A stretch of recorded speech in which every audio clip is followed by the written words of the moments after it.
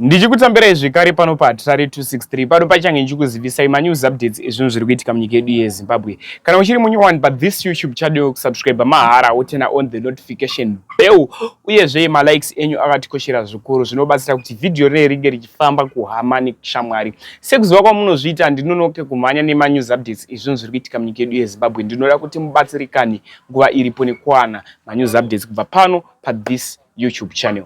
So nyanda nezvomuzora nasi inyaya yevakadzi avo vabatwa vachiba.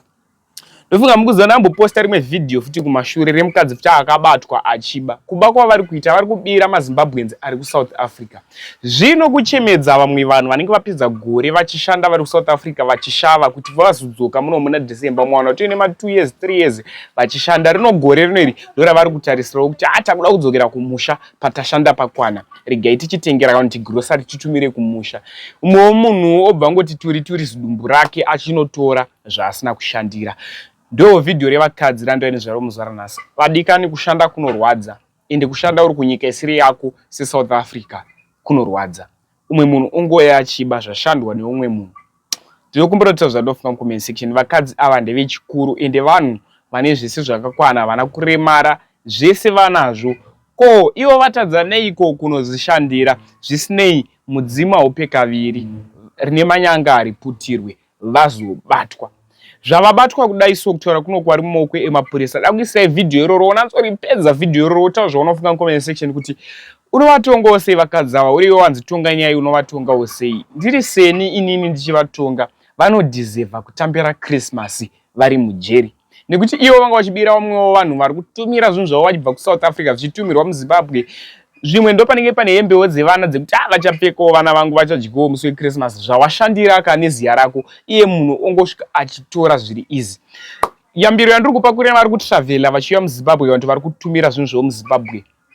Zvinhu zvenyu ndazvo zvakachengetedzeka natsoigisa security pazvinhu zvenyu ipapo. Unogona kundobirwawo futi uripo. Zvinorwadza, zvinosiririsa.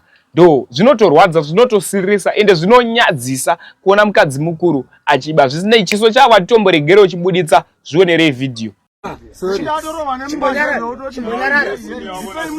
Chimbonyarara right taura tinzo right nezuro wakaita sei nezuro takauya kuDRD tobva ini ndakatora changanbag rine red newhite ranga rine sugar nema drinks nema poloni.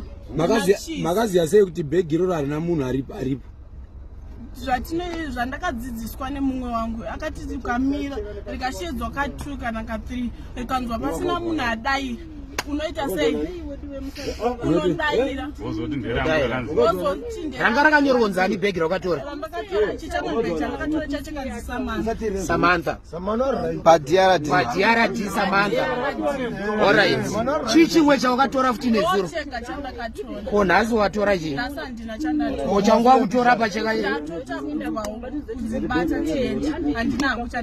unashoti mune communication ipi? Connection iwe shota usizwa bani shota angasipa kamera right shota angasipa baza iwe nezuro mangade ayo ndati shota angasipa baza nezuro akade iwe aumuzi ya yo sadu iwe mbokata uyichimbomwe ndandine mukadzi washonje uyu